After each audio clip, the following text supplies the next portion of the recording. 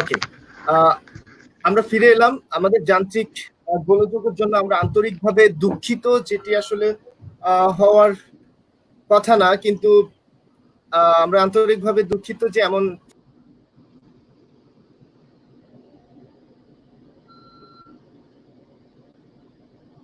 Hello ভাই, কি আমাকে শুনতে পাচ্ছেন? আমাকে শুনতে পাচ্ছেন জোয়ারদার শামীম ভাই? হ্যাঁ হ্যাঁ শুনতে পাচ্ছি। শামীম জোয়ারদার ভাই? হ্যাঁ শুনতে পাচ্ছি। আচ্ছা, তো আমরা যে আলোচনাটায় ছিলাম আজকে, আবারও শুভেচ্ছা জানাচ্ছি সকলকে। Northern university of business and technology খুলনায়ের জার্নালিজম অ্যান্ড মাস কমিউনিকেশন ডিপার্টমেন্টের যে অফিসিয়াল পেজ, সেখানে অনুষ্ঠিত হচ্ছে অনলাইনে একটি আলোচনা অনুষ্ঠান। আজকে আমাদের আলোচনার বিষয় international news flow in the কোভিড-19 পিরিয়ড, অর্থাৎ এই যে করোনার যে দুঃসময়টা, এই সময়টায় বিশ্বের যে সংবাদগুলো প্রবাহিত হচ্ছে সেটির কি অবস্থা, সেটি নিয়ে আমাদের আজকের আলোচনা। আমাদের সঙ্গে যুক্ত হয়েছেন দৈনিক যুগান্তরের আন্তর্জাতিক ডেস্কের প্রধান শামীম জোয়ারদার। শামীম জোয়ারদার, আপনাকে আবারও শুভেচ্ছা। মাঝখানে আমরা গোলযোগের কারণে, যান্ত্রিক একটু সমস্যা হওয়ার কারণে আপনার থেকে বিচ্ছিন্ন হয়ে গিয়েছিলাম, আমরা এর জন্য আন্তরিকভাবে দুঃখিত। আর যারা অডিয়েন্স ছিলেন তাদের কাছে আমরা দুঃখ প্রকাশ করছি আসলে এই ধরনের গোলযোগের জন্য। শামীম ভাই, আপনার কাছে জানতে চাচ্ছিলাম যে বাংলাদেশের যে সংবাদ আমরা দেখতে পাই আন্তর্জাতিক পরিমণ্ডলে, সেটি নিয়ে আপনি বলেছেন, আমার স্টুডেন্টরা বলছিল যে ওরা শুনতে পেয়েছে এবং আরো যারা অডিয়েন্স রয়েছে তাদের কাছ থেকে আমরা শুনতে পেয়েছি। আপনার কাছে যে প্রশ্ন এখন, সাম্প্রতিক সময়ে আমরা যে ভারত এবং চায়নার মধ্যে যে গ্যাঞ্জামটা দেখলাম, তো বেশিরভাগ সংবাদ মাধ্যম আমি খুব ভালোভাবে পর্যালোচনা করে দেখেছি যে ঘটনাটিকে এভাবে লিখেছে যে লাদাখে চীন এবং ভারতের মধ্যে, ভারতের সেনাবাহিনীর মধ্যে এক ধরনের সংঘর্ষ। কিন্তু এই জায়গাটি লাদাখ কিন্তু ভারত অধিকৃত কাশ্মীরের একটি অংশ, যেটা লাদাখের অপর পাশে আকসাই চীন, সেটি আবার আপনার চীন দখল করে নিয়েছে, কিন্তু পুরো ভূখণ্ডটা কিন্তু কাশ্মীরের। তো আমাদের এই যে আপনারা যখন আন্তর্জাতিক সংবাদগুলো আমাদের কাছে দেন, তখন যখন লেখা থাকে না যে কাশ্মীরের অধিকৃত ভূখণ্ড, সেক্ষেত্রে ধীরে ধীরে ইতিহাস কি, এই যে আপনাদের অডিয়েন্সের মধ্যে যে ইতিহাসের ন্যারেটিভটা আপনারা প্রবেশ করান, এটা কি দীর্ঘস্থায়ী হয়ে যায় কিনা? অর্থাৎ লাদাখকে অডিয়েন্স মনে করতেছে ভারতের, যদিও অধিকৃত ভারত, ইভেন ভারতও লিখে যে ইন্ডিয়ান অ্যাডমিনিস্ট্রেটেড কাশ্মীর, আর পাকিস্তান অ্যাডমিনিস্ট্রেটেড কাশ্মীর, আর চায়না অকুপাইড কাশ্মীর, মানে তিনটা ভূখণ্ডই আসলে কাশ্মীরের তিনটা দেশ খাচ্ছে। তো এই যে আমাদের ন্যারেটিভ ঢুকছে যে এটি চায়নার, এটি ভারতের, এটি পাকিস্তানের, এখানে কি আসলে বাংলাদেশের যে সংবাদ মাধ্যম আপনারা ডিল করেন, যারা আমাদের বিবেক তৈরি করতেছেন, তাদের কোনো দায় রয়েছে কিনা?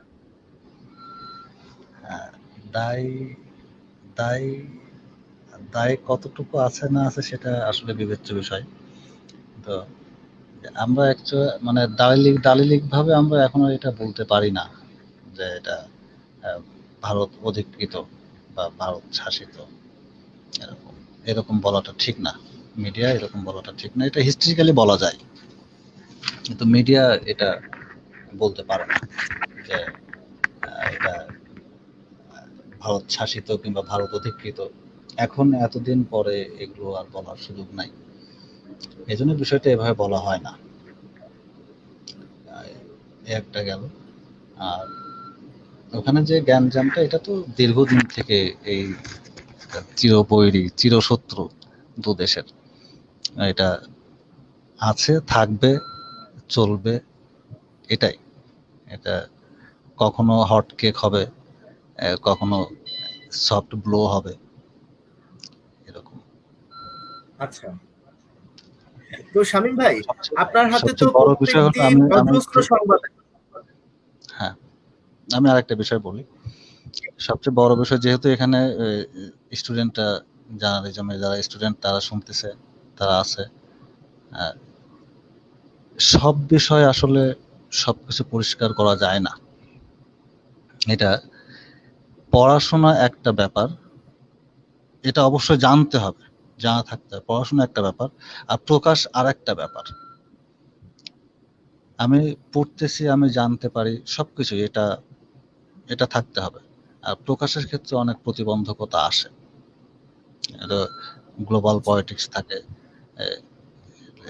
লোকাল পলিটিক্স থাকে, এগুলো অনেক কিছু মেনটেন করতে হয়। অর্থাৎ একটা ছাঁকনি এখন যে পুরো ওয়ার্ল্ড মিডিয়ায় এখন কিন্তু মিডিয়া ছাঁকা হয়, খবর ছাঁকা হয়। খবর আগের মতো খবর নাই, খবরগুলো আগের মতো খবর এখন আর নাই। হ্যাঁ, এটা আগে আমরা এখন বলি যে আসলে খবর আর আগের মতো নাই, কিন্তু আগেও এরকম ছিল কিনা সেই অভিজ্ঞতাটা, সেই বাস্তব অভিজ্ঞতাটা নাই আমাদের। আমাদের আগের জেনারেশনটা এরকম আমাদের মতো ফেস করছে কিনা। কিন্তু এখন শুধু বাংলাদেশ না, এশিয়া, ওয়েস্টার্ন কান্ট্রি, সব দেশেই, বিশ্বের সব দেশেই খবর ছাকা হয়, এবং এই আর কি। আচ্ছা, এই ছাকা জিনিসটা কি একটু আমাদের বলবেন আমার ছাত্রছাত্রীদের উদ্দেশ্যে, যে ছাকনিটা কি? হ্যাঁ, মানে কোন ভাবে ওরা তো হয়তো ভাবে যে হ্যাঁ, সংবাদপত্রে যেগুলো আসে ওরা ভাবে যে এটাই সবকিছু সত্য, কিন্তু এর উপরেও যে সত্য আছে সেই বিষয়টা যদি আমাদের জানাতেন। হ্যাঁ, আমি আরো পরিষ্কার করে বললে যেটা, যে ছাকা বলতে এরকম না যে মিথ্যাটা বলে দেয়া হচ্ছে। যে কোনো পত্রিকা, যে কোনো মিডিয়া কখনোই মিথ্যা প্রকাশ করে না। এটা এটা খবরের ধর্ম এটা না। গণমাধ্যম সবসময় সত্যটাই বলে। ছাকা বলতে যেটা একটা বিষয় চেপে যাওয়া, যেটাতে পাবলিকের কোনো ক্ষতি হলো না, এই বিষয়গুলো কিন্তু রাষ্ট্রের কিংবা অন্য আদার্স যেসব বিষয়গুলো আছে, কূটনৈতিক সমস্যা যেগুলো থাকে, এগুলো ক্ষতিগ্রস্ত হয় যে কথাটার জন্য, সেগুলোকে চেপে যেতে হয়, এটাকেই বলে ছাকা। এই ছাকাটা এটা ছাকতে হয়, কিন্তু এটা মিথ্যা না। একটা বিষয় যে আমি যে ভুল ইনফরমেশন দিচ্ছি কিংবা একটা একটা ফলস ক্লেম করতেছি চেপে যেয়ে, এরকম হয় না। আচ্ছা, তো সেক্ষেত্রে আসলে আপনারা কোনো একটা অংশ সংবাদে ফোকাস করেন, পুরোটা হয়তো করছেন না, কোনো একটা অংশ। হ্যাঁ, কোনো একটা অংশকে আমরা হাইলাইট করি, কিন্তু পুরোটাই থাকে তার ভিতরে। কিন্তু হাইলাইট আমাদেরকে একটা করতে হয়। যেরকম আমি সৌদি আরবের পাঠক, সৌদি আরবের যিনি সাংবাদিক, তিনি কিন্তু সৌদি আরবের স্বার্থটা নিয়ে লিখবে, সে হাইলাইট করবে। ইরান করবে ঠিক তার জি, বিপরীতটা। কিন্তু নিউজের ভিতরে সবকিছুই থাকে, কম বেশি সবটাই থাকে, যে আচ্ছা, দিকটা এভাবে আর কি উল্লেখটা করে। এখন যেরকম আমরা এবার চীন ভারত নিয়ে আমাদের যে প্রবলেমটা, আমি এখন যে খুব মজার একটা প্রবলেম ফেস করতেছি চীন ভারত নিয়ে, যে আচ্ছা, দুজনে আত্মীয়, দুজনেই প্রতিবেশী, এ হাতেও ব্যথা ওই হাতেও ব্যথা। হ্যাঁ, এখন কোনো দিকে যাওয়ার উপায় নাই। এটা এখন আচ্ছা, তোমরা দেখো যে প্রত্যেকটা মিডিয়াতে কিন্তু ব্যালেন্সিং নিউজ হচ্ছে। শ্যাম রাখি না কুল রাখি, হ্যাঁ, সব কথাই। হ্যাঁ, এখানে যে চীনকে দোষ দিয়ে নিউজ করবে কিংবা ইন্ডিয়াকে দোষ দিয়ে নিউজ করবে, এরকম কোনো কিছু নাই। এরকম কিছু কিছু ক্ষেত্রে এরকম হয়, এগুলো করতে হয়, এগুলো হয়ে যায়। কিন্তু এর মানে এটা এই না যে মিডিয়া সত্য প্রকাশ করতেছে না। আমরা তো সত্য প্রকাশ করতেছি, যে ওখানে ফাইট হয়েছে, গ্যাঞ্জাম হচ্ছে, মানুষ মরতেছে, সেনাবাহিনী মরতেছে, ওখানে আর্মস আসতেছে, ওখানে নতুন করে একটা বিল্ডিং ক্যাম্প এগুলো তৈরির চেষ্টা চলতেছে, এগুলো সব আমরা বলতেছি। কিন্তু আরো যে ডিপলি যেটা আরেকটা বিষয় যেটা, যারা রিসার্চার, যারা পড়াশোনা করে সাংবাদিকতা বিভাগে কিংবা এইসব বিষয়ে, তারা চায় যে আরো ডিটেলসটা আমরা জানি। কিন্তু আমাদের বিষয়টা, আমরা গণমাধ্যম যারা, আমরা পাঠকদের জন্য, আমরা পাঠক বেস, জেনারেল পিপল হ্যাঁ, থেকে শুরু করে টোটাল।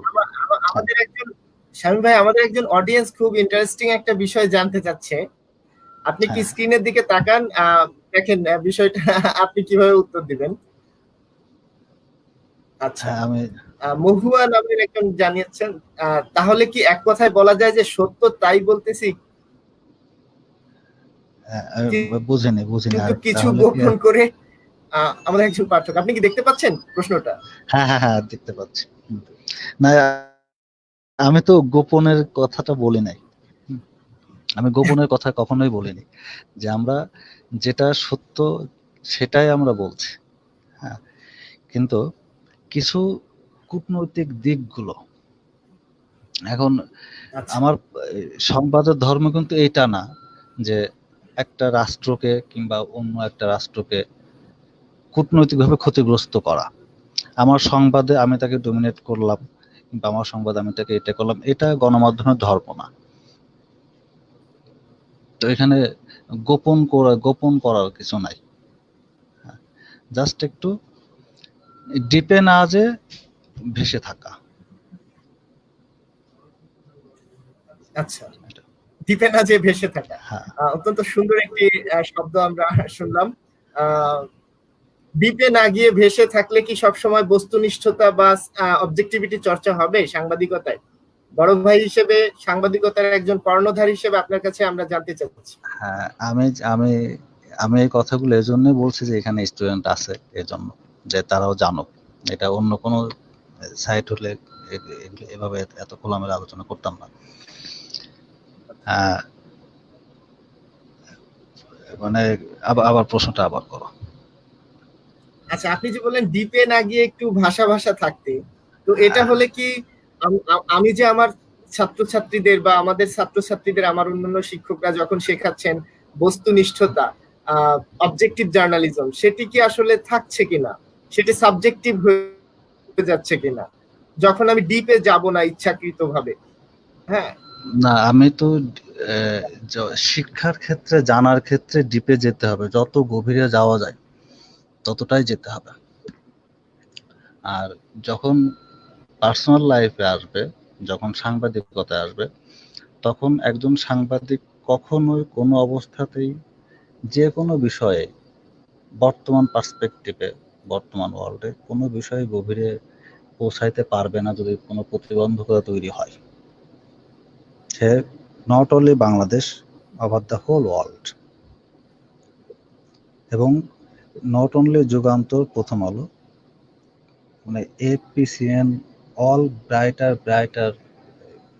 সাইট অলসো, সব ক্ষেত্রে একই অবস্থা। কারণ যদি আমরা যে কথাটা বলা হচ্ছে যে সাংবাদিকতার বস্তুনিষ্ঠতার বিষয়টা, এই বিষয় এটা নিয়ে আলোচনা, এটা তাহলে যেতে হবে পুঁজিবাদ, মূল সমাজের গোড়ায় ফিরে ফিরে যেতে হবে। ঠিক প্রদীপের পাদদেশে যেতে হবে, যে যদি আমি আমার পূর্ণ স্বাধীনতা পেতে চাই, তো সেক্ষেত্রে অবশ্যই আমাকে পুঁজিবাদ থেকে সরতে হবে, অবশ্যই। এখন আমি আমার ভিত্তি দুর্বল করে দিলাম, ভিত্তি দুর্বল করে আমি জি। যদি উপর থেকে আমি যদি চাই যে তুমি আমাকে এটা দাও, তুমি আমাকে এটা, তোমার কাছ থেকে আমি এত চাচ্ছি, এটা তো ইটস নট পসিবল। এটা কখনোই সম্ভব হয় না। পুরো সমাজ ব্যবস্থা চেঞ্জ না করতে পারলে কখনোই ওই আসল জিনিসগুলো আসে না। সুতরাং মানে মানে অনেক ক্ষেত্রে আচ্ছা, অত্যন্ত বাস্তব। সুন্দরভাবে আমাদেরকে। হ্যাঁ, হ্যাঁ বলো। হ্যালো, হ্যালো, হ্যাঁ মানুষ, হ্যালো।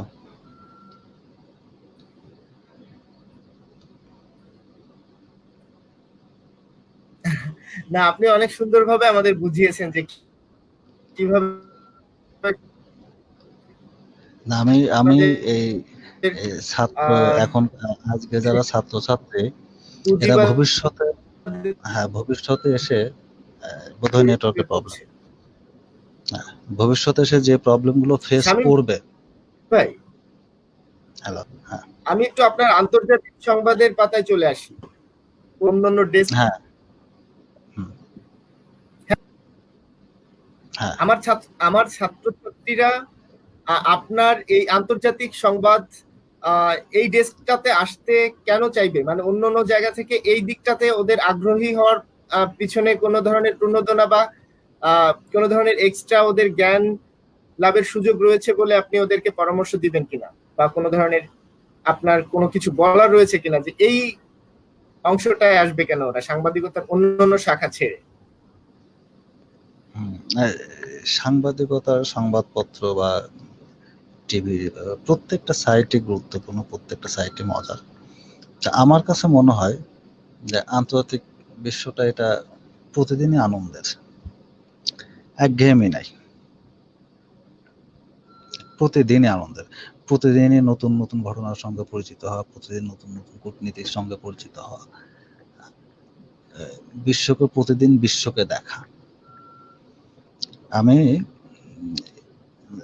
সাপোজ আমি সচিবালয়ে আছি, কিংবা আমি ক্রাইম বিটে কাজ করি, ক্রাইম বিটে রিপোর্টার, কিংবা ব্যাংকিং সেক্টরে আছি, আমার গণ্ডিটা কিন্তু একটা সেক্টরে সীমাবদ্ধ হয়ে গেল, শুধু আমি ব্যাংক সাইডটা নিয়ে আছি। একটা সময় হয় হিসাব কষতে কষতে আমি হিসেবে হয়ে যাচ্ছে, এরকম। আর প্রত্যেকটা সেক্টরে এরকম। আর ইন্টারন্যাশনাল, আন্তর্জাতিক যেটা আমার যেটা নিজের উপলব্ধি, যে আমি প্রতিদিন এখানে প্রত্যেকটা দেশের ঘটনার সঙ্গে পরিচিত হচ্ছে, প্রতিদিন প্রত্যেকটা দেশের ঘটনাকে আমি ফেস করতেছি, নতুন নতুন ঘটনা, নতুন নতুন ভাবে, নতুন নতুন শব্দের সঙ্গে পরিচয় হচ্ছে। সাংবাদিকতা যিনি করবেন তার সবচেয়ে বড় প্যাশনটাই তো হচ্ছে লেখা, শব্দের সঙ্গে খেলা। তো এখানে এই সুযোগটা বেশি।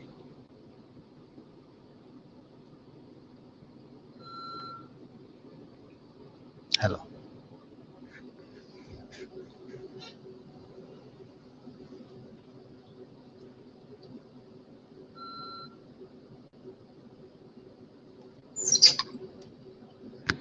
হ্যালো,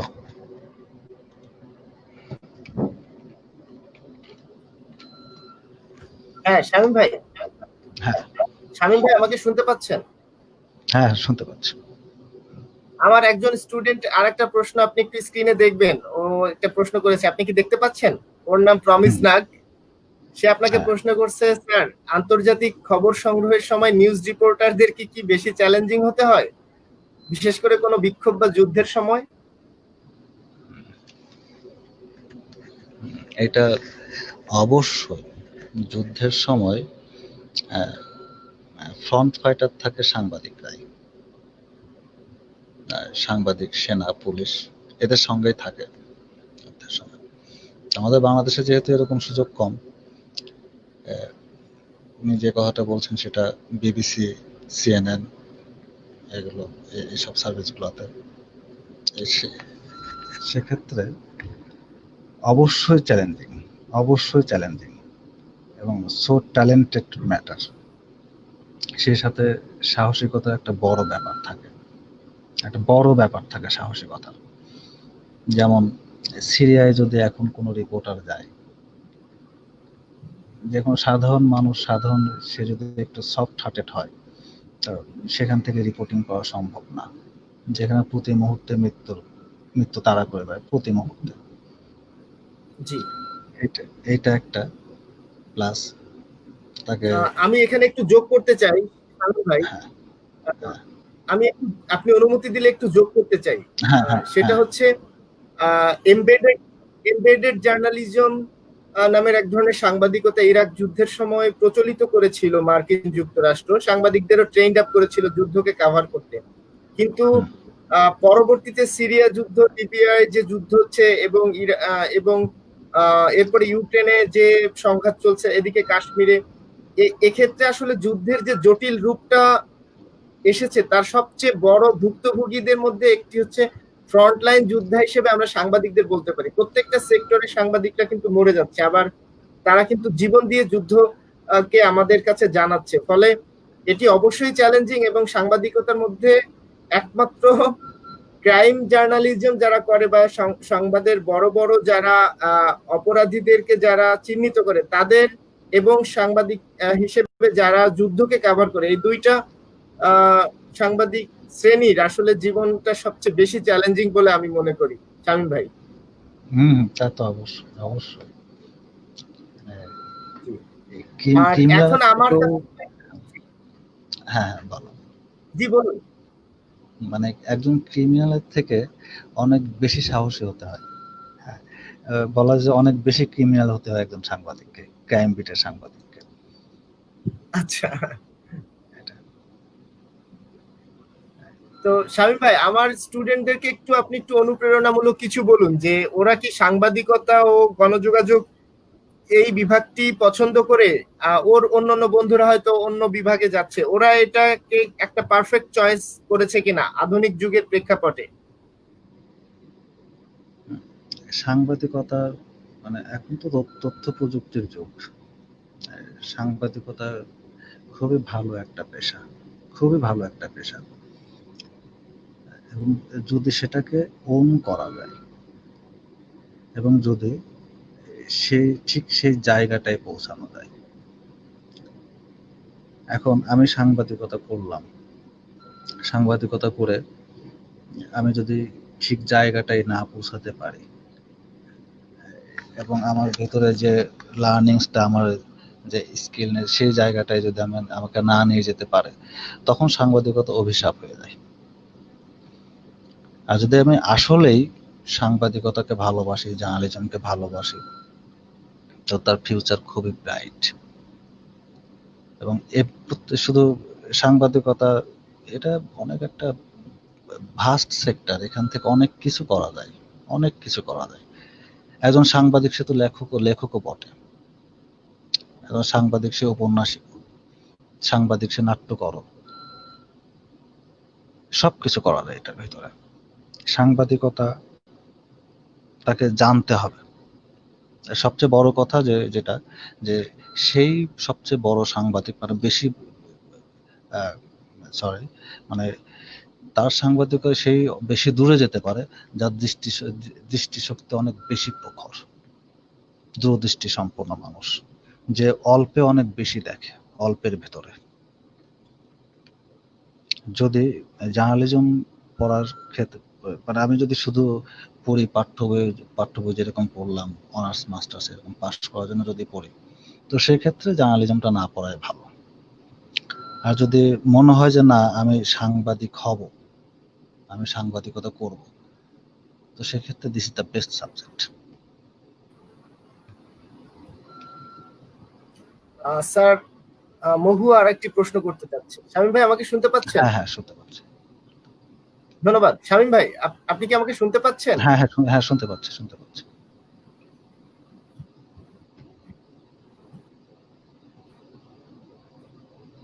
শামীম ভাই কি শুনতে পাচ্ছেন?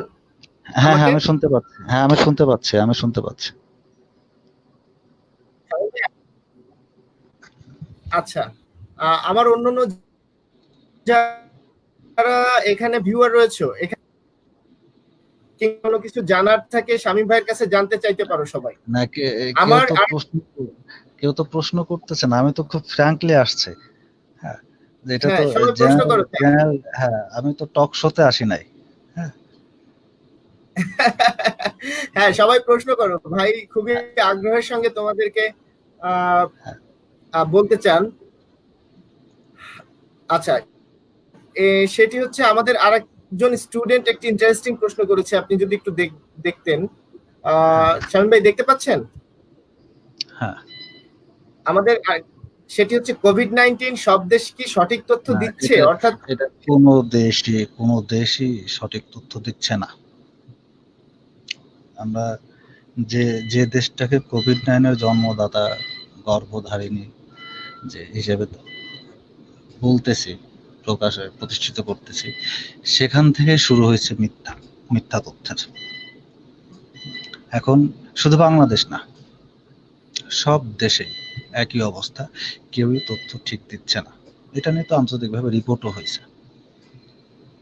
এখন তথ্য ঠিক দিচ্ছে না, এটা না দেওয়ার ওই যে আমি যেটা বললাম যে রাষ্ট্রীয় কিছু ব্যাপার থাকে, যা হয়তো এই সরকার মনে করতেছে, ব্রাজিলের সরকার মনে করতেছে যে আমি যদি আমার সরকার আমলে যদি এত মানুষ মরে যায়, এত বেশি আক্রান্ত হয়ে যায়, তাহলে ব্রাজিলিয়ানরা ভাববে, পাবলিক ভাববে যে আমার গভর্নমেন্টের স্বাস্থ্যখাত দুর্বল, আমার সরকার ব্যবস্থা ভালো না।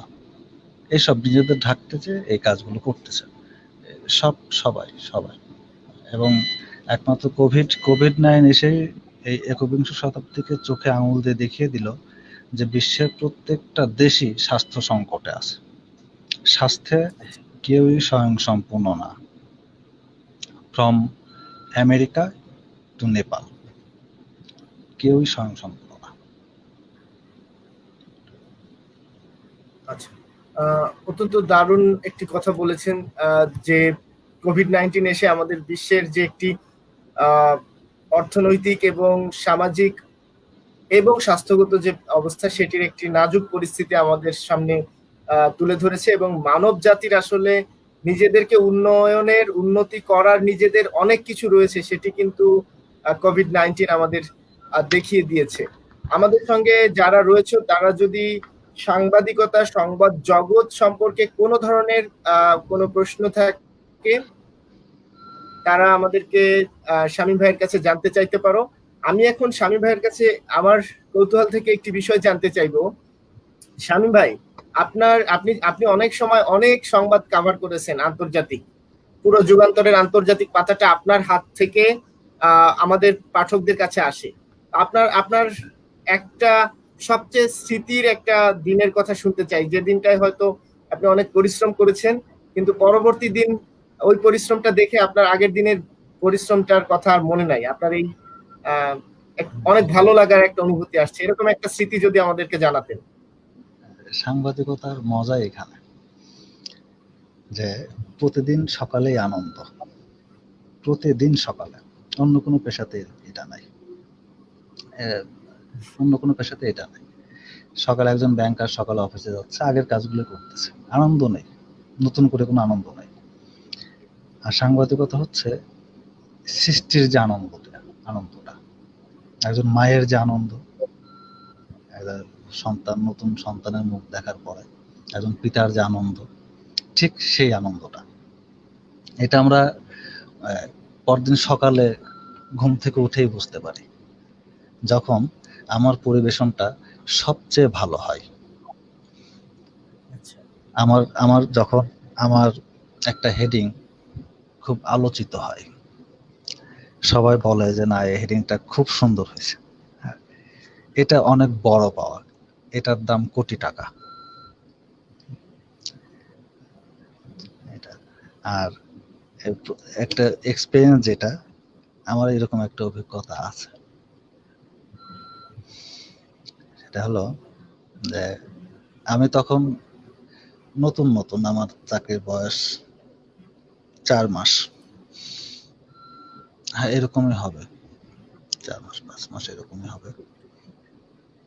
তো ওই সময় অং সান সুচি ছাড়া পেলেন। ছাড়া পাওয়ার পরে উনি ব্রিটেনে গেল ঘুরতে,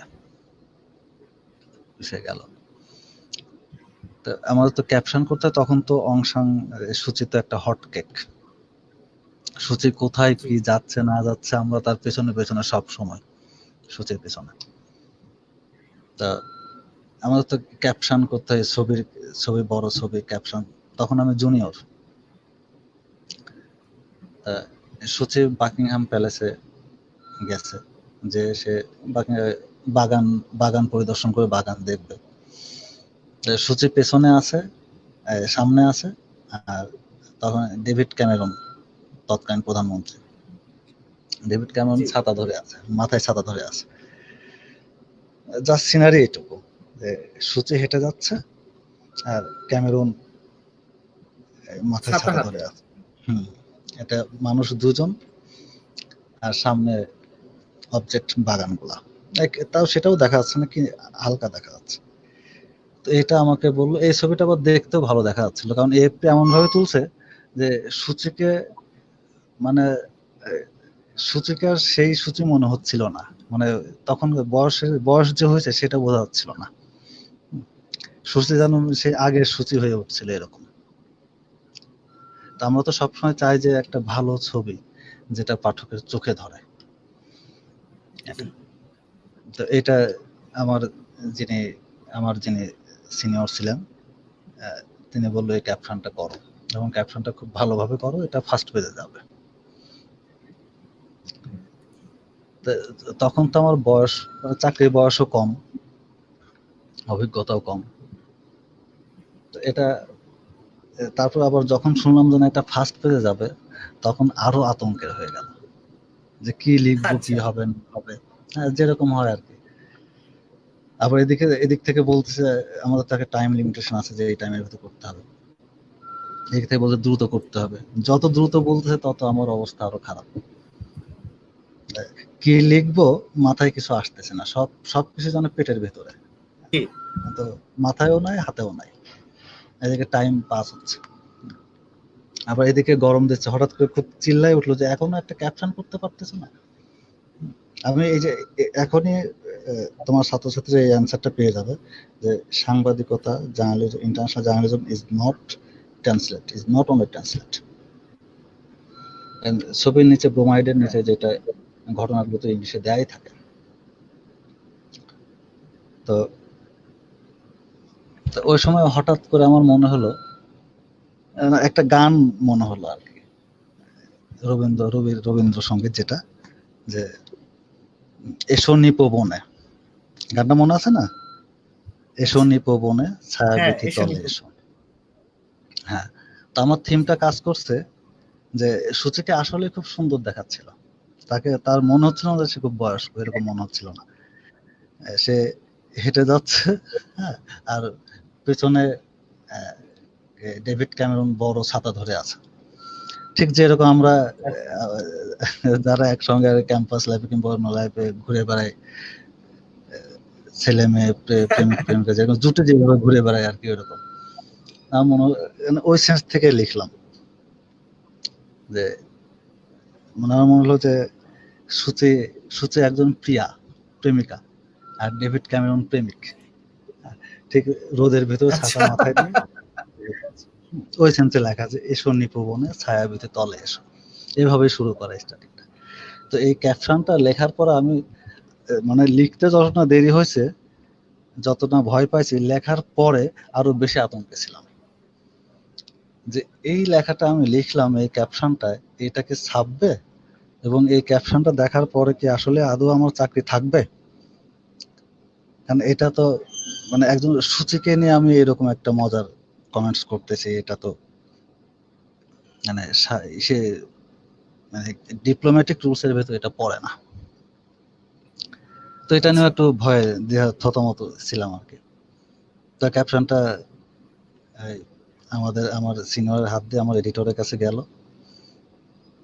তো আমি মানে পরে যখন পাতা, তো আমাদের পত্রিকা তো 10টার দিকে ফার্স্ট এডিশনটা ছাপা হয়ে যায়, তো আমি তো তখন এত জুনিয়র ছিলাম যে আমার ওদিকে যাওয়ার সাহস নাই। আমি দিয়ে চুপচাপ মানে গরম খাওয়ার জন্য বসে আছি যে কখন আমাকে এসে গরমটা দিবে, যেটা হয়নি। তারপর 10টার পর যখন ফার্স্ট এডিশনের পত্রিকায় এরকম আমাদের তো এই যে এখন পত্রিকা ছাপা হয়ে গেছে, তো এরকম একটা পত্রিকা আসে প্রত্যেকটা আমাদের, এটা হচ্ছে কালকে। আচ্ছা, আপনি এখন পত্রিকা অফিসে রয়েছেন?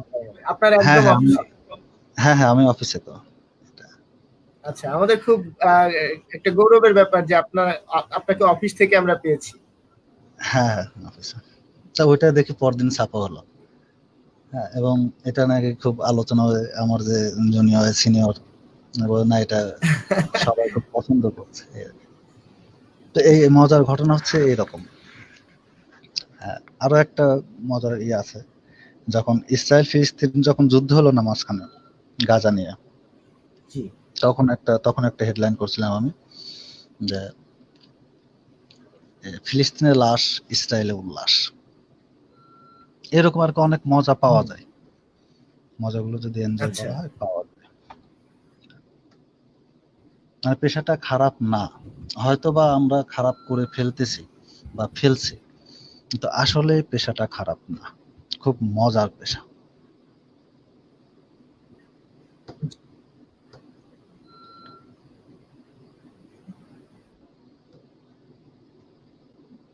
হ্যালো।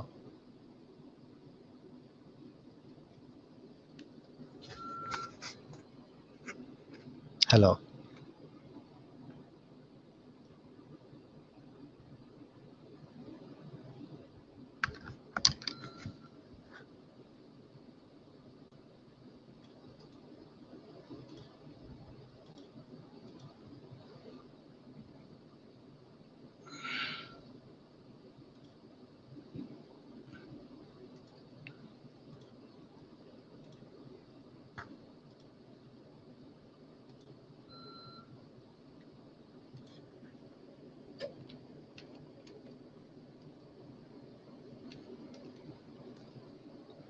হ্যালো।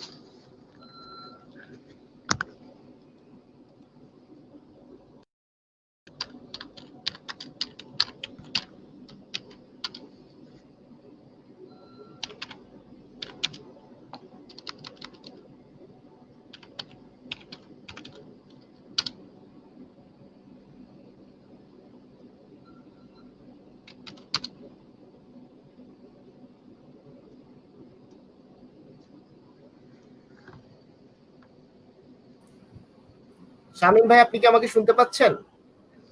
এখন এখন শুনতে পাচ্ছি, এখন শুনতে পাচ্ছি, পাইনি। আচ্ছা, আসলে ইন্টারনেট ঝামেলা করতেছে, এর জন্য আন্তরিকভাবে আমি দুঃখিত। তো আশা করি এরপরে আর এমন সমস্যা হবে না। আহ, তো আরেকটা বিষয় আমাদের এক শিক্ষার্থী জানতে চেয়েছে, শামীম ভাই, হ্যাঁ আপনি কি দেখবেন প্রশ্নটা দেখুন। আহ, আপনি কি দেখতে পাচ্ছেন প্রশ্নটা? হ্যাঁ হ্যাঁ হ্যাঁ, দেখতে পাচ্ছি। অনেকের ধারণা না, এটা সত্য, এটা সত্য। আচ্ছা, আমি একটা মিনিট শামীম ভাই আপনার কাছ থেকে একটু চেয়ে নিই। সেটা হ্যাঁ হচ্ছে, আহ, আমরা প্রশ্নটা একটু দেখাতে চাচ্ছি, সবাইকে একটু পড়ে শোনাতে চাচ্ছি। আমাদের একজন শিক্ষার্থী সে প্রশ্ন করেছে যে সাংবাদিকদের বেতন খুবই কম বলে একটি কথা প্রচলিত রয়েছে। আহ এ কারণে অনেকে সাংবাদিকতাটাকে পছন্দ করে, অর্থাৎ অত্যন্ত মূল্যবান একটি শব্দ সে চয়ন করেছে, পছন্দ করে, বাট পেশা হিসেবে বেছে নিতে সাহস পায় না। তো এই বিষয়টা সম্পর্কে আপনি দীর্ঘদিন 20 বছরের উপরে সাংবাদিকতার সঙ্গে হয়তো জড়িত, আপনার কাছ থেকে আমরা জানতে চাই একটু, শামীম ভাই। এটা অনেকাংশে সত্য, পুরোপুরি সত্য না, অনেকাংশে সত্য। এখন যার খুব বেশি টাকার দরকার তার অবশ্যই ব্যবসায় নামা উচিত, ব্যবসাতেই সবচেয়ে বেশি টাকা। আর একজন একজন ফার্স্ট ক্লাস জব হোল্ডার যে স্যালারি পায়, একজন ওয়েস্ট বোর্ডের অধীনে যে সাংবাদিক আছে সে প্রায় ঠিক তেমনই পায়, হয়তো বা কিছুটা কম বেশি থাকে, 5-7 হাজার, 5-7 হাজার এরকম কম বেশি থাকে, এর বেশি কিছু না। আর তার কিছু বেশি থাকে যে গভর্নমেন্ট ফ্যাসিলিটিস কিছু বেশি থাকে, এগুলো। এছাড়া বেতন কম না, বেতন কম না। এখন যদি আমি কাগজের উপর ডিপেন্ড করে, কাগজের উপর ভ্যারি করে, যদি আমার যোগ্যতা আমাকে নিচের দিকে নিয়ে যায়, গণমাধ্যমের নিচে সিরিয়ালগুলোতে নিয়ে যায়, তো অবশ্যই আমি স্যালারি কম পাবো। অনেক ক্ষেত্রে বেতন 2-3 মাস পর পর আসবে, এটাও স্বাভাবিক। কিন্তু আমি যদি রিনাউন্ড কোনো মিডিয়াতে কাজ করি, থাকি, তো সেক্ষেত্রে স্যালারি সেরকম করবর হয় না। যা মাস শেষে যা পকেটে ঢোকে কিংবা ব্যাংকে ঢোকে, সেটাতে খুব সুন্দরভাবে সাবলীলভাবে জীবনযাপন করা যায়। এখন জি একজন একজন বিসিএস ক্যাডার, সে প্রথম জীবনে যে স্যালারিটা পায়, প্রথম চাকরি জীবনে, একজন ওয়েস্ট বোর্ডের অধীনস্থ যে সাংবাদিক ওয়েস্ট বোর্ডে ঢোকে, উনিও একই স্যালারি পান। তারপরেও আমরা আমরা ওদিকেই ছুটি বেশি, ওদিকেই ঝুঁকি বেশি। এটা হচ্ছে আমরা বুঝে গেছি, বা আমাদের একটা মানসিক ব্যাপার যে ওখানে নিশ্চয়তা। আবার এটা আর একটা ব্যাপার যে সাংবাদিকতা চাকরি নিশ্চয়তা কম। হ্যাঁ, এটা তো স্বাভাবিক ব্যাপার, যেখানে চ্যালেঞ্জ সেখানে তো অবশ্যই নিশ্চয়তা কম। আপনাকে রেগুলার প্রতিদিন চ্যালেঞ্জ নিয়ে টিকে থাকতে হবে, এটাই যোগ্যতা। আচ্ছা সাংবাদিকতা মানে এই না যে আমার মাথা ভোঁতা হয়ে যাবে, আমার মস্তিষ্ক কাজ করবে না, তখন আমি সমানভাবে কাজ করতে পারবো, কিংবা তখন আমার এরকম বিষয়টা না। এখানে আপনাকে আপনার প্রতিদিনই চর্চা করতে হবে, প্রতিদিনই নতুন নতুন কিছু দিতে হবে, প্রতিদিন।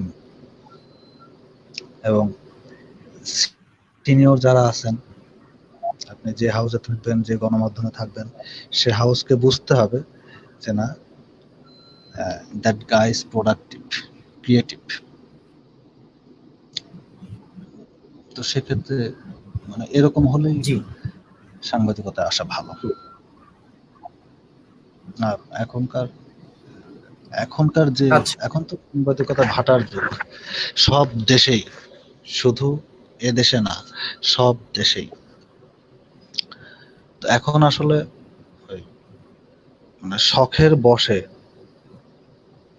মানে আমি শখ করে গেলাম, যেরকম বাচ্চা মেয়েরা যেরকম শখে শাড়ি পরে নতুন বউ হয়, ওরকম ভাবে আসা ঠিক না। হ্যাঁ, কোমর বেঁধে আসতে হবে যে আমাকে এখানে টিকে থাকার শক্তি, হ্যাঁ, টিকে থাকার শক্তি নিয়ে আসতে হবে, মানসিক জোর নিয়ে আসতে হবে, এবং নিজের প্রতি নিজের সম্পূর্ণ আস্থা থাকতে হবে।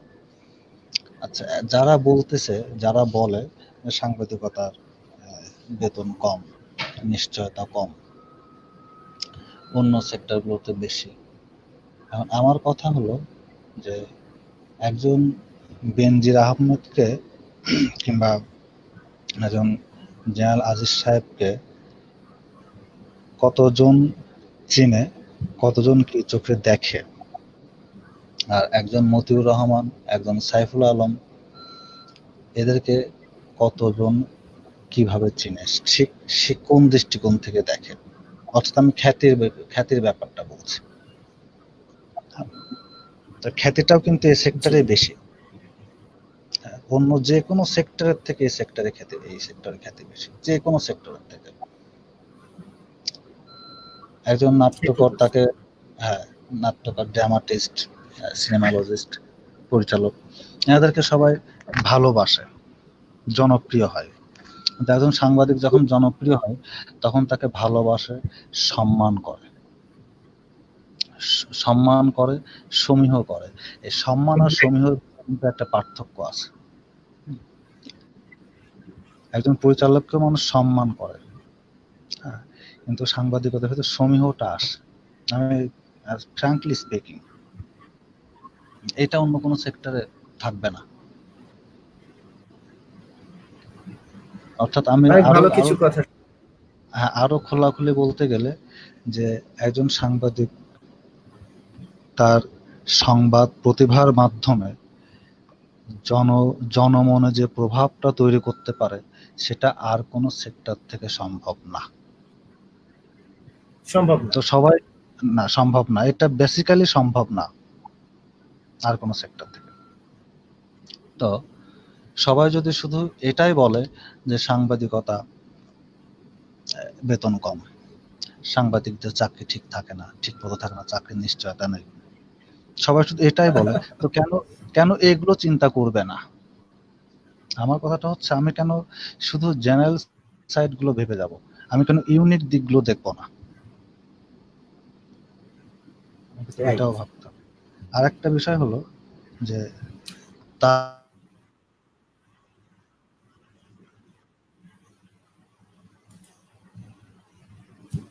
হ্যাঁ, তো এখানে সাংবাদিকদের তো খোঁচানোর লোক, মানে প্রত্যেকটা সেক্টরে যেরকম বন্ধু হয়, বন্ধু তৈরি হয়, প্রত্যেকটা সেক্টরে সেরকম শত্রু তৈরি হয়ে যায়, শত্রুও বেশি।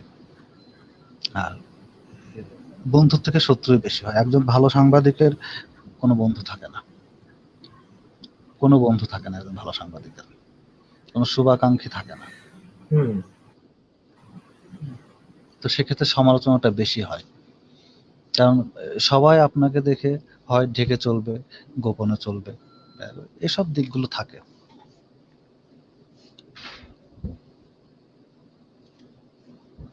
Hello, hello.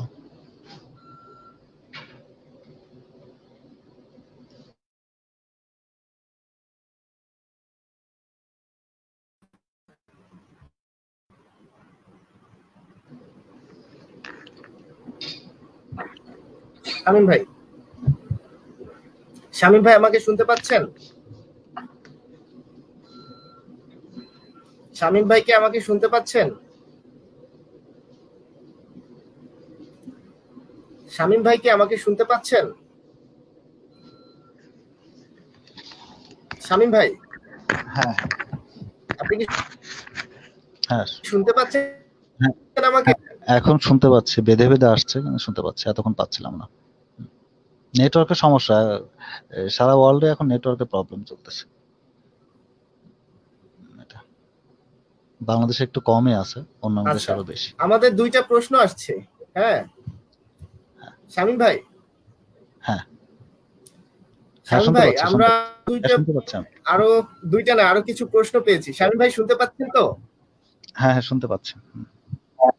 আচ্ছা, তো সর্বপ্রথম আসলে আমরা একটু আমার এক স্টুডেন্ট, ওর নাম তানভীর নিশান, ওর প্রশ্নটা যদি একটু দেখতেন।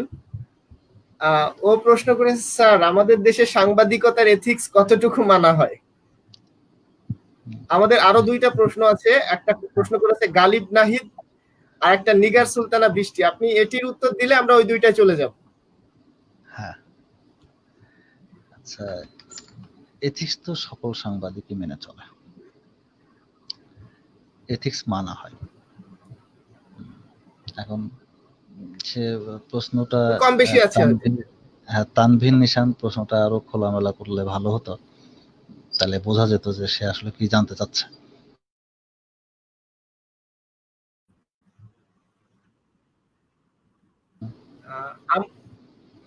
আমার মনে হয় এথিক্স ও জানতে এথিক্স চাচ্ছে যে আমাদের দেশে যে সাংবাদিকতা চলছে, এখানে কি এথিক্স অর্থাৎ নীতি চর্চা করা হয় কিনা, যে মানে একজন সাংবাদিক শুধুমাত্র নীতির কাছে দায়বদ্ধ থাকবে আর কোনো কিছুর কাছে না, এরকম কি আসলে কতটুকু মানা হয়? ও ও ধরেই নিছে যে সবটুকু মানা হয় না, কিন্তু কতটুকু মানা হয় আর কি, সেটা জানতে চাচ্ছে। মানা হয়, তবে ও যেটা ধরে নিচ্ছে যে সবটুকু মানা হয় না, সেটা তো আমি আগেই বলছি, আচ্ছা, যে এটা এখন কোনো দেশেই মানা হয় না। সব এটা সম্ভব ধন্যবাদ। হয় না। একজন ইচ্ছা হ্যাঁ, থাকলেও, হ্যাঁ, ইচ্ছা থাকলেও আমি একটা এক্সাম্পল দিই, যে একজন মা সন্তান সম্ভবা মা, তার ইচ্ছা যে সে খুব নর্মালি তার বেবিটাকে সে পৃথিবীর আলো দেখাবে, কিন্তু হাসপাতালে গেলে কি সেটা সম্ভব হয়?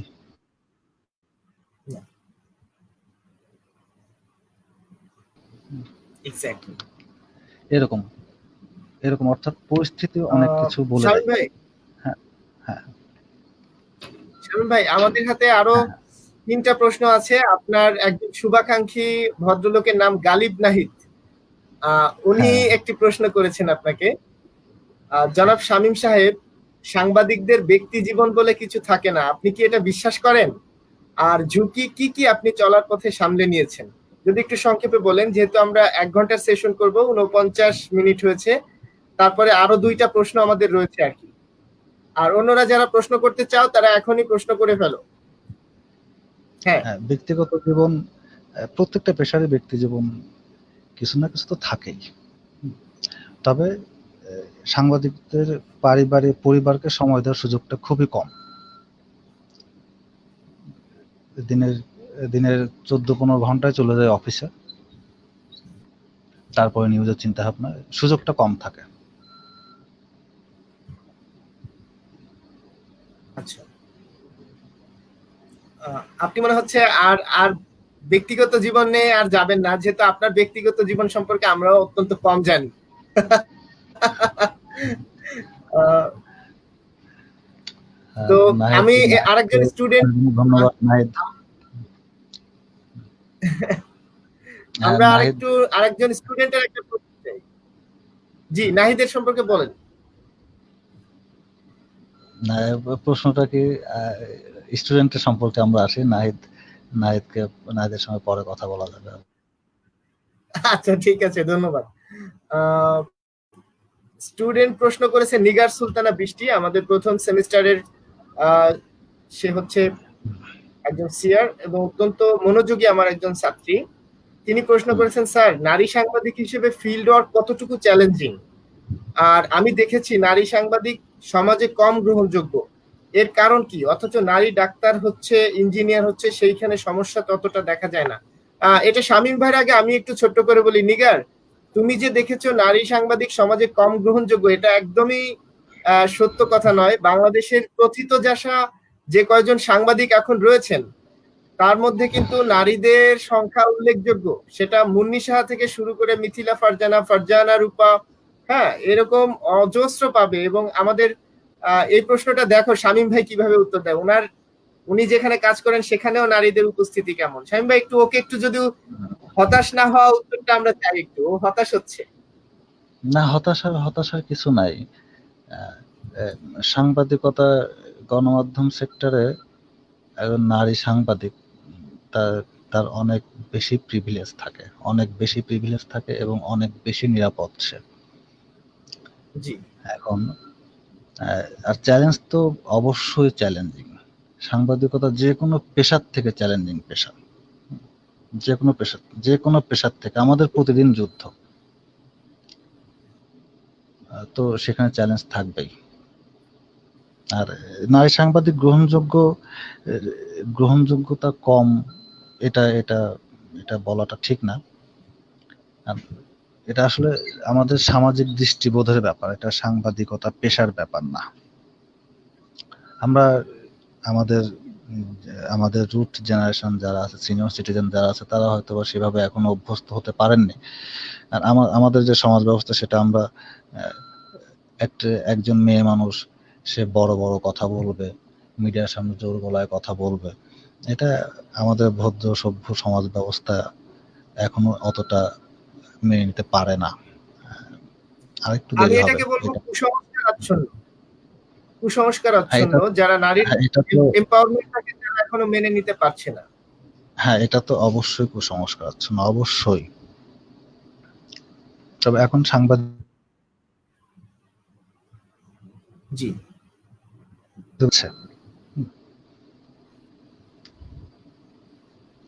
জি, ভয়ের কিছু নাই। সব থেকে বড় কথা যেটা, জি, যে সব কথার এক কথা, যে আমি যদি জার্নালিজম কি, what is journalism, if I know it better, then আমি অবশ্যই আই মাস্ট সাকসেস। জি, এটাই সবচেয়ে বড়। ধন্যবাদ। ধন্যবাদ। নিগার সুলতানা বৃষ্টির উদ্দেশ্যে একটা কথা বলবো। বাংলাদেশের এখন পর্যন্ত অনুসন্ধানী সাংবাদিকতার ক্ষেত্রে উল্লেখযোগ্য একটি সংবাদ হচ্ছে, আমাদের যে বিদেশি বন্ধুদেরকে স্বর্ণ দিয়ে পুরস্কৃত করা হয়েছিল রাষ্ট্রীয় উদ্যোগে, সেই স্বর্ণের মধ্যে যে খাত ছিল, এই সংবাদটি কিন্তু প্রথম আলো রোজিনা আপা অনুসন্ধানী সাংবাদিকতা করেছেন। একজন নারী, কোনো পুরুষ কিন্তু এত বড় দুর্নীতির জায়গাটিতে হাত দিতে পারেনি। ফলে তোমাদের জন্য এরকম অজস্র সম্ভাবনাময় জায়গা রয়েছে। তোমরা ভাবতেই পারবে না যে সাংবাদিকতার ক্ষেত্রে নারীরা কতটা এগিয়ে যাচ্ছে। বরং তুমি যে বলছো ডাক্তার, ইঞ্জিনিয়ার, তুমি একটু খোঁজ নিলে দেখবে যে ডাক্তার এবং ইঞ্জিনিয়ারদের থেকে অনেক বেশি এম্পাওয়ার্ড হচ্ছে নারী সাংবাদিকরা। হ্যাঁ, এবং তারা ফাইন্যান্সিয়ালি তাদের পরিবারকেও সাপোর্ট করছে, নিজের সুন্দর স্বাভাবিক এবং একটা নিরাপদ জীবন যাপন করছে। যেটা বললেন আমাদের শামীম ভাই, যে সমীহ করা একটা পেশা সাংবাদিকতা। তো আশা করি নিগার হতাশ হবে না, ভালো কিছু হবে। এখানে আরেকটা প্রশ্ন আছে, আমরা যদি ভাইয়াকে দেখাতে পারি, শামীম ভাইকে। শামীম ভাই, আপনি কি দেখছেন প্রশ্নটা? আজবার রাজ, ও আমার সেকেন্ড সেমিস্টারের স্টুডেন্ট। সে লিখেছে, যখন কোনো বিপদে কেউ পড়ে, যেমন রোড অ্যাক্সিডেন্ট, এই অবস্থায় কি করা উচিত? বিপদে পড়া লোকটাকে সাহায্য করব নাকি নিউজ কভার করব? একজন সচেতন নাগরিক এবং সুযোগ্য সাংবাদিক হিসেবে কোন কাজটা করা উচিত? সবার আগে তাকে বাঁচানো,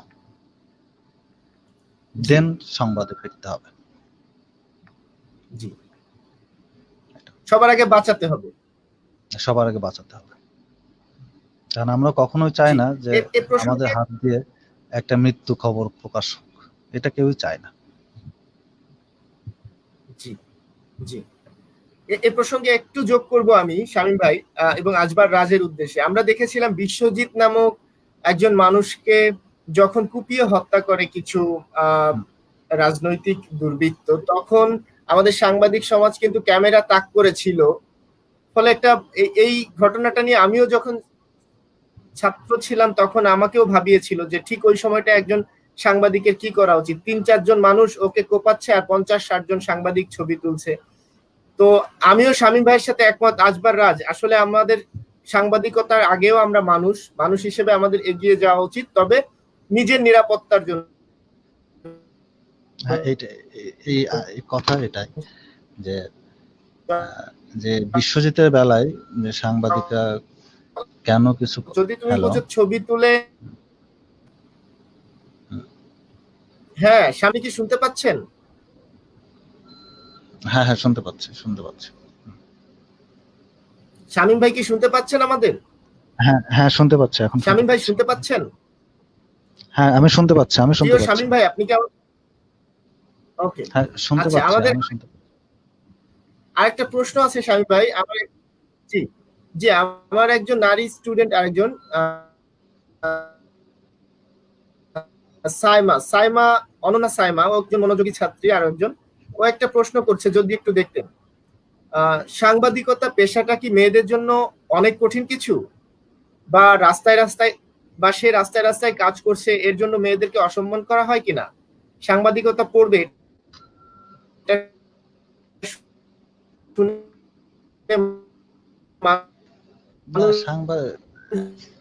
বলে মেয়ে হয়ে সাংবাদিকতা পড়বে, প্রশ্ন না, ঠিক খুব মনের দুঃখ প্রকাশ করেছে। আপনি যদি ওকে কিছু বলতেন ভাই।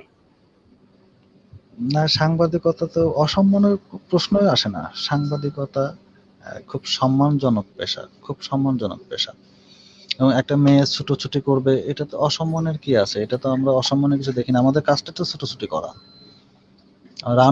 রানারের কাজ তো ছুটোছুটি করা। সে সংবাদ বাহক, সংবাদ নিয়ে আসবে, সংবাদ প্রেরণ করবে, সংবাদের পিছনে ছুটবে, খুঁজবে, এটাই তো তার জব। এখানে অসম্মান, অসহায়ত্ব, লজ্জার কিচ্ছু নাই এখানে। আমাকে বদলাতে হবে, শুধুমাত্র আমার চিন্তাকে বদলাতে পারলেই আমরা সমাজকে বদলাইতে পারবো। ঠিক আমার দৃষ্টিভঙ্গি বদলে গেলে সমাজের দৃষ্টিভঙ্গি বদলে যাবে। আমি যদি মনে করি, আমার যারা নারী ছাত্রী, ফিমেল স্টুডেন্ট, এটা তাদের উদ্দেশ্যে আমার যেটা বলার, আমি যদি মনে করি যে না, আমি কাজটা আমি ছোট হচ্ছে, কেউ হয়তো আমাকে অসম্মান করতেছে, আমি চলার আগে আমি পেছনে তাকাচ্ছি বারবার, কে কি ভাবতেছে, সেটা আমার সমস্যা। সেটা মানে আমার সমস্যাটাকে আমি অন্যদের সমস্যা, সমাজের সমস্যা বলে চালাই দিচ্ছি, চেষ্টা করতেছি, প্রকাশ করতেছি। আমি যদি মনে করি যে অন্যান্য নারী সাংবাদিক যারা আছেন, যারা খুব এস্টাবলিশড রিনাউড সাংবাদিক যারা আছেন, নারী সাংবাদিক, আমি যদি তাদেরকে ফলো করি যে তারা কিভাবে কথা বলতেছে, কত পরিচ্ছন্নভাবে, কত দৃঢ় কণ্ঠে কথা বলতেছে, সমাজের বিরুদ্ধে, অপশাসনের বিরুদ্ধে, অপন্থীর জি বিরুদ্ধে, দুর্নীতির বিরুদ্ধে। তো তারা পারলে আমি কেন পারবো না? আমাদের আমাদের আমাদের জি নারীদের, আমাদের নারীদেরও আমার কাছে একটা সমস্যা মনে হয় যে আমাদের নারীদের একটা সমস্যা আছে যে তারা শুধু যারা পিছিয়ে আছেন, যারা পেছন থেকে টেনে ধরে, তাদের কথাগুলোকেই তারা সামনে নিয়ে আসে।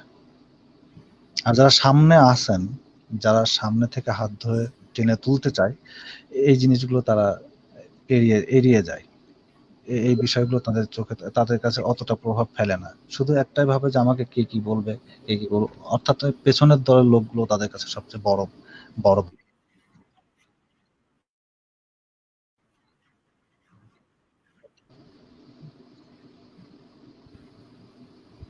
জি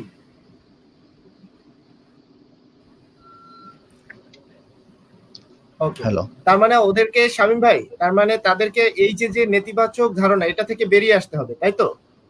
তাদেরকে ইতিবাচক ভাবতে হবে। শামীম ভাই, তাদের নিজেদের থেকে আসতেছে। হ্যাঁ, শামীম ভাই, আপনি কি আমাদের শুনতে পাচ্ছেন? হুম, হ্যাঁ, হ্যাঁ, শুনতে পাচ্ছি। আচ্ছা, শামীম ভাই শুনতে পাচ্ছেন? হ্যাঁ, হ্যাঁ, শুনতে পাচ্ছি। শুনতে পাচ্ছেন, আচ্ছা। হুম, এখানে আরেকটা প্রশ্ন, একটু দেখেন, আমাদের আরেকজন শিক্ষার্থী, তার নাম জাহিন। জাহিন আপনাকে একটা প্রশ্ন করেছে। যদিও আপনি এই সেক্টরের মানুষ না, তারপরেও আপনার অভিজ্ঞতা থেকে যদি বলতেন। দেখছেন প্রশ্নটা? হ্যাঁ, হ্যাঁ, দেখছি।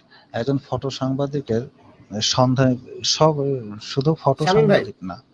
হ্যাঁ, শুধু ফটো সাংবাদিক না, প্রত্যেক সাংবাদিকেরই সন্ধানে চোখ থাকতে হবে। এটা হচ্ছে তার সবথেকে বড় যোগ্যতা। একজন ফটো জার্নালিস্টের ক্ষেত্রে তো অবশ্যই এটা অনেক বড় ব্যাপার। যে সন্ধানের চোখ। যে আমাকে খুঁজতে হবে যে এ ঠিক কোনটা আমি তুলতে পারবো, কোনটা আমার তোলা উচিত।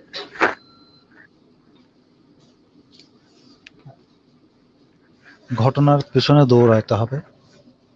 ঘটনার দৃশ্যের খুব খুব কাছ থেকে দৃশ্যটাকে আগে অনুধাবন করতে হবে, অনুভব করতে হবে বিষয়টা। তারপর আমি ছবির ক্লিকটা করব, ছবির শটটা তুলব।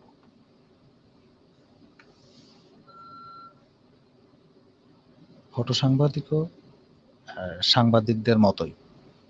ফটো সাংবাদিকদের কাজটা কিভাবে হয় সেটা সেটা আগে বলি। যে সাভারে একটা ঘটনা ঘটলো। হ্যালো, হ্যালো,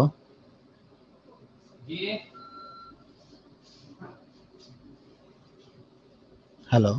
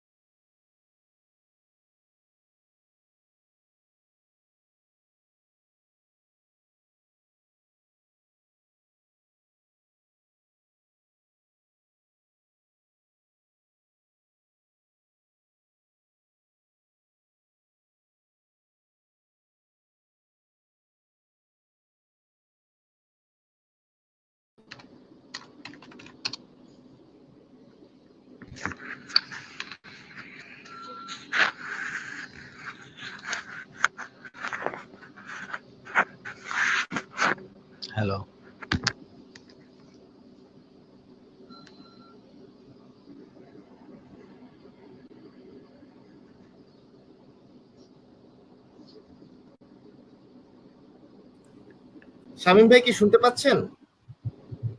হ্যাঁ হ্যাঁ, এখন এখন শুনতে পাচ্ছি, শুনতে পাচ্ছি। আচ্ছা, আমি নেটওয়ার্ক অত্যন্ত দুঃখিত। নেটওয়ার্কের বেশ ভালোই প্রবলেম। হ্যাঁ, আমাদের এখানে বিদ্যুৎ চলে গিয়েছিল কিছু করার নেই আসলে। যেখানে আহ, আমরা এখানে আপনি জাহিনের প্রশ্নটির উত্তর দিয়েছেন। আমরা প্রশ্ন পেয়েছি খালিদ জামান সিজানের কাছ থেকে একটি। আপনি প্রশ্নটি একটু দেখুন। দেখেছেন প্রশ্নটি? হ্যাঁ হ্যাঁ, একটা একটা খুব ভালো প্রশ্ন করছে। করোনা দীর্ঘায়িত হলে করোনা অনুসন্ধানী দীর্ঘায়িত হলে সাংবাদিকতায় ভাটা পড়বে অনুসন্ধানী কি? সাংবাদিকতা ভাটা পড়বে কি? অবশ্যই পড়বে। হ্যাঁ, এটা এখন তো করোনা প্রত্যেকটা সেক্টরেই তো মুভ করা খুব প্রবলেমের ব্যাপার। এটা প্রতিবন্ধকতা প্রত্যেকটা সেক্টরে হ্যাঁ, তৈরি হয়েছে। তো এই করোনা যতদিন থাকবে অনুসন্ধানী, শুধুমাত্র অনুসন্ধানী সাংবাদিকতা না, প্রত্যেকটা সেক্টরেই প্রতিবন্ধকতা তৈরি হচ্ছে। খালিদ জামান সিজান খুব সুন্দর একটা প্রশ্ন করছে। ধন্যবাদ সিজান।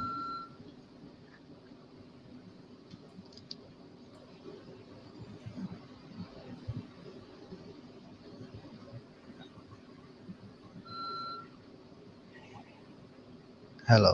আচ্ছা। হ্যাঁ, শামীম ভাই, হ্যাঁ আমি দেখছি আর কোনো প্রশ্ন আছে? আপনি কি এই যে খালিদ জামান সিজানের ওই প্রশ্নটার উত্তর দিয়েছেন, এই যে হ্যাঁ, ডিজিটাল নিরাপত্তা আইন 2018 দ্বারা কি? আচ্ছা, না ধন্যবাদ। না আহ, না না, এটা করোনার যে অনুসন্ধানী প্রতিবন্ধকতা সেটা। আচ্ছা আচ্ছা, এই উনি আরেকটা প্রশ্ন করেছেন, ডিজিটাল নিরাপত্তা আইন 2018 দ্বারা কি সাংবাদিকদের কণ্ঠস্বর রোধ করা হচ্ছে কিনা, এই বিষয়টি উনি জানতে চেয়েছেন। উম, সাংবাদিকতা একটা প্রতিবন্ধকতা অবশ্যই এসছে, এটা এটা অস্বীকার করার সুযোগ নাই। প্রতিবন্ধকতা অবশ্যই এসছে, এই তো। আচ্ছা ডিজিটাল আইনটা আচ্ছা, ঠিক আছে। সাংবাদিকতার জন্য অতটা পরিপন্থী না। আহ, ধন্যবাদ শামীম ভাই। আমাদের সঙ্গে এই যে বৈদ্যুতিক গোলযোগ, নানা বিচ্ছিন্নতা সত্ত্বেও আপনি আমাদের সঙ্গে দীর্ঘক্ষণ সময় দিয়েছেন। আমি ভেবেছিলাম হয়তো অল্প সময় আমাদের শেষ হয়ে যাবে, কিন্তু আপনাকে পেয়ে আমার স্টুডেন্টরাও যেরকম কথা বলেছে, আমারও অনেক কথা বলতে আহ, মন চেয়েছে। একই সাথে আবার একটু সংযোগ বিচ্ছিন্ন হয়েছে দেখে আমাদের অনেক সময় লেগে গেল। আপনার মূল্যবান সময় আমাদেরকে দেওয়ার জন্য Northern university of business and technology খুলনার পক্ষ থেকে আপনাকে অনেক ধন্যবাদ, অনেক কৃতজ্ঞতা আপনার প্রতি, এবং আমাদের বিভাগ জার্নালিজম অ্যান্ড ম্যাস কমিউনিকেশনে আপনার করোনা পরবর্তী যদি আমরা সবাই বেঁচে থাকি আপনাকে চাই। একই সাথে আপনার কাছ থেকে একটা আহ, ভালোবাসার প্রতিশ্রুতি আমরা চাই যে আমার শিক্ষার্থীরা যদি যে কোনো সময় আপনার হাউস ভিজিট করতে চায়, কিংবা পড়াশোনা শেষ করে কখনো আপনার অধীনে কাজ করতে চায়, তাহলে তাদের কোনো সুযোগ আপনি আমাদের জন্য দিবেন কিনা বা রাখবেন কিনা ভালোবেসে। না, এটা এটা তো বলার অপেক্ষা রাখে না। হ্যাঁ, এগুলো বলার অপেক্ষা রাখে না। আচ্ছা, তো ভালো সেক্টরে আমরা সবসময় চাই যে ভালোরা আমাদের কাছে আসুক, সব সময় চাই আমরা এটা। হাউস ভিজিট এটা যে কোনো সময় করা যায়, এটা তো এটা সাংবাদিকতার একটা স্টাডির একটা বড় অংশ। যে কোনো সময় আসতে পারে হাউস ভিজিটিং এ।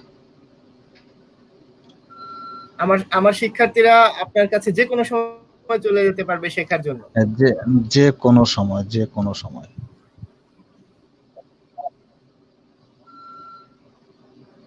অনেক ধন্যবাদ, অনেক ভালো লাগলো হুম, শামীম ভাই আপনার সঙ্গে কথা বলে। আমরা আমি সর্বশেষ নিজেও আরেকবার একটু চেক করি আমাদের নতুন কোনো স্টুডেন্টের কোনো মতামত রয়েছে কিনা।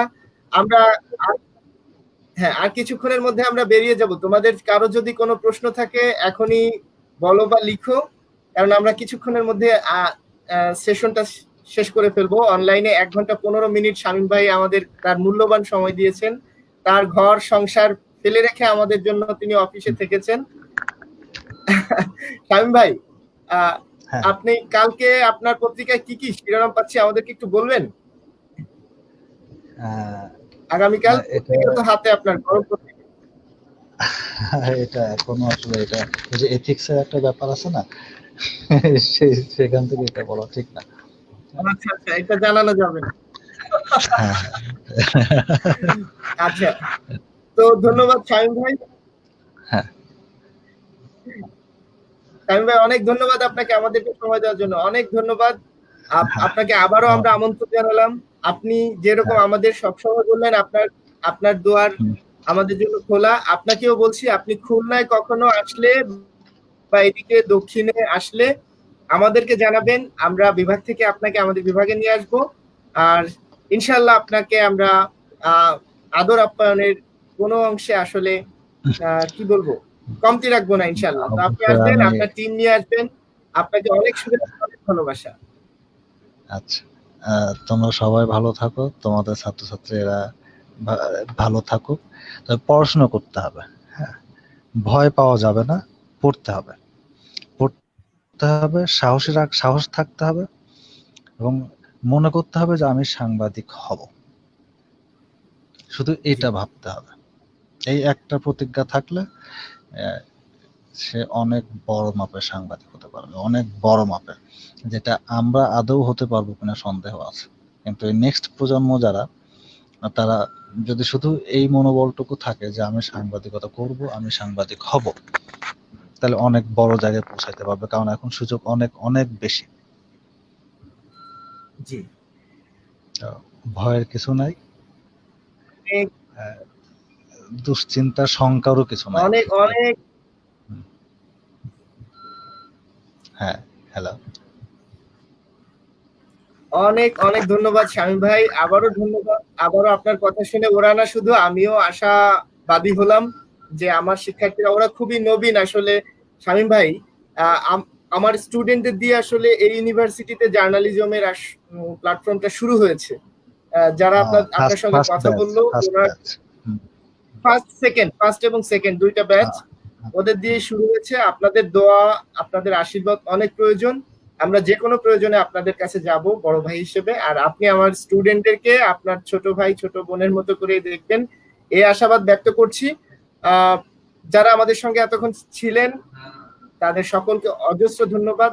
আমাদের অন্য আরেক দিন শামীম ভাই এবং আরো অনেকের সঙ্গে আরো আরো কথা হবে এই পেজে। আমাদের সঙ্গেই থাকুন। শামীম ভাই, আসসালামু হ্যাঁ, আলাইকুম। হ্যাঁ, ওয়ালাইকুম আসসালাম, ভালো থাকবেন।